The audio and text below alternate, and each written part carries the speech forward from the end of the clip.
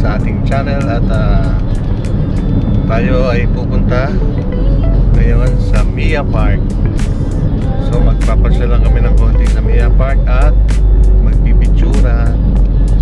Siyempre alam niyo naman ang picturan.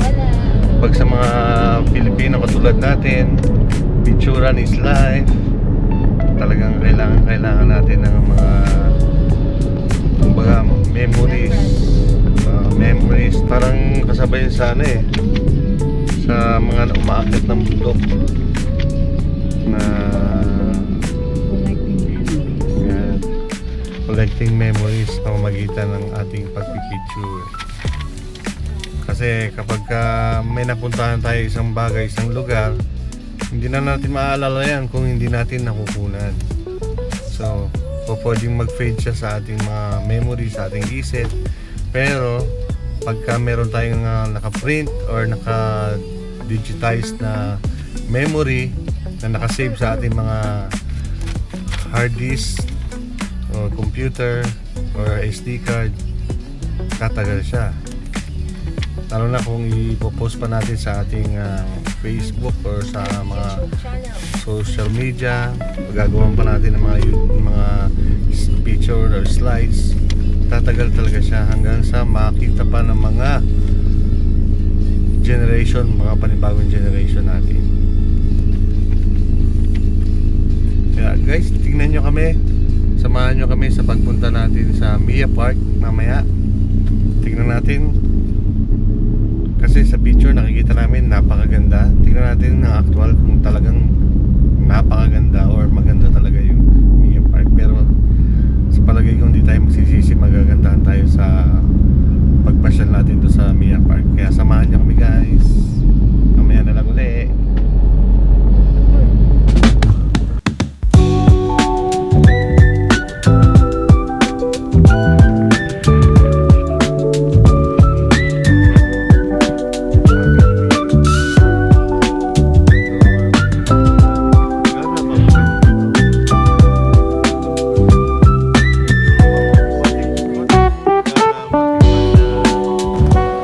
So guys, andito na kami sa Mia Park. Ito yung Mia Park. Ganda oh.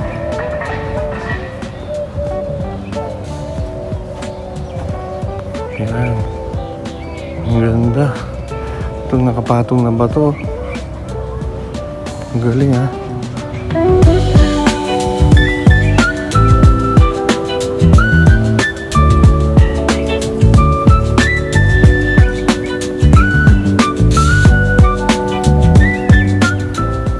Ganda talaga sa pag nandito ka sa park kasi ang ganda, may mga halaman, may mga damo-damo, bermuda, pwede ka mag-picnic kung saan gusto pumwesto.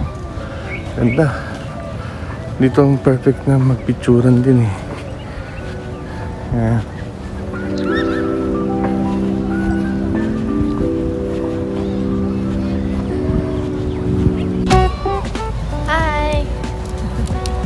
Na kami sa Mia Park. Ang luwag, no? Ganda. Ganda. At sila'y nakadress para sa picturan, pictorial, photoshoot.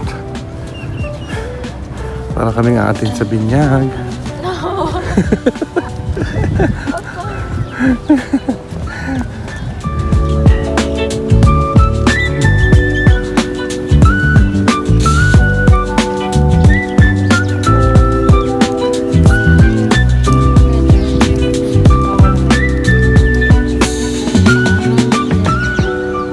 Ito ang maganda rito sa park na to kasi napakalawak niya, tapos kukunti lang yung mga tao. Although kahit dumami yung mga tao dito, hindi pa rin maging masyadong crowded. Yan o. Tapos makikita mo ganyan sa seaside yung mga mga bangka na kahoy. Talagang perfect for Instagram, Facebook, pag-post. Yan, ang ganda. Ganda dito guys. Kaya kung makakarating kayo ng Qatar, mamasyal kayo dito sa Mia Park. Ganda.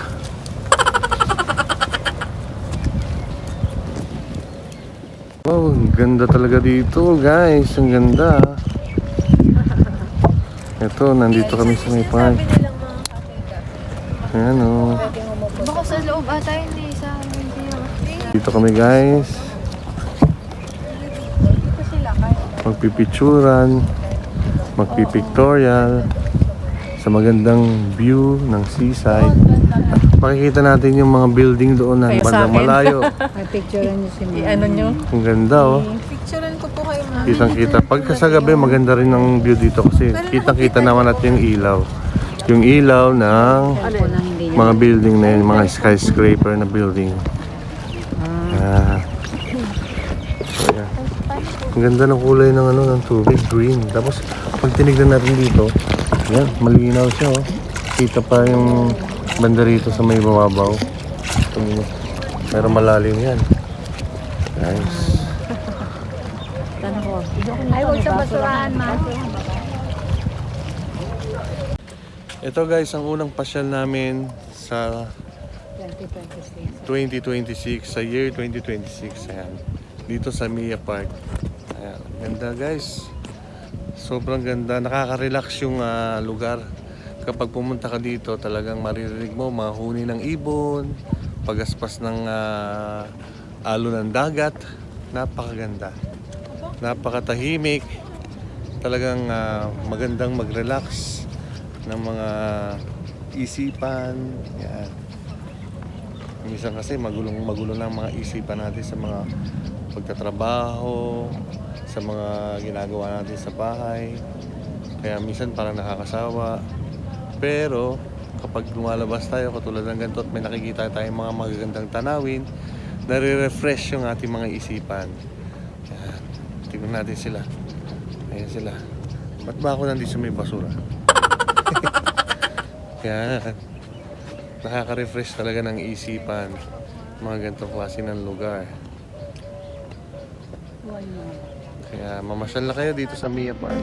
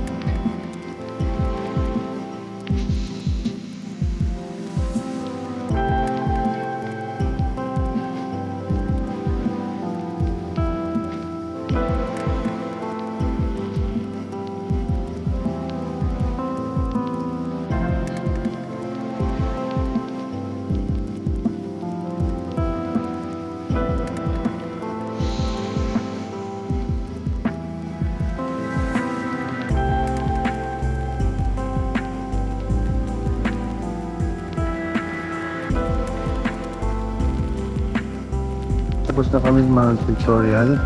Makikita nyo na lang yung aming mga picture. Isasama ko sa pag-post ng ating gagawa ko ng slides siya para makita nyo yung mga magagandang picture na aming ginawa dito. So, sa ngayon, kain na muna tayo. Kain na muna tayo. Yes! Kain na muna tayo. Kain na na. Selfie po muna tayo. Kain muna tayo. Kain. Kain tayo. Kain tayo. Kain tayo, mami. Selfie muna po tayo. Selfie.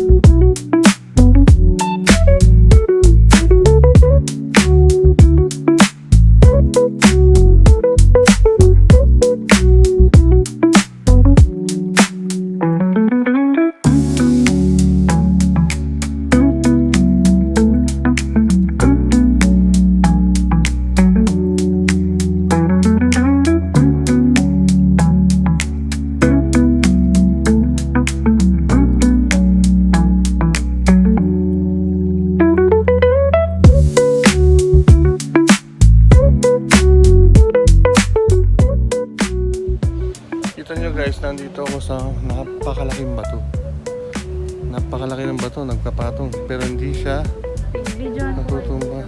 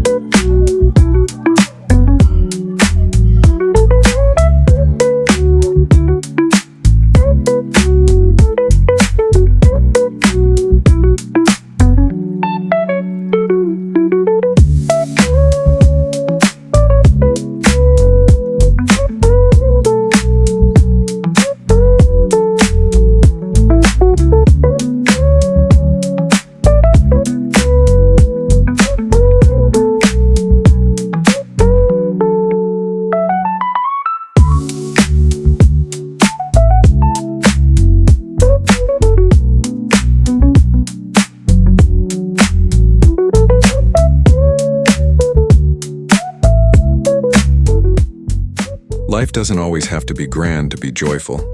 Sometimes happiness is found in simple moments, smiling for a photo, feeling the breeze in the park, or sharing laughter with loved ones.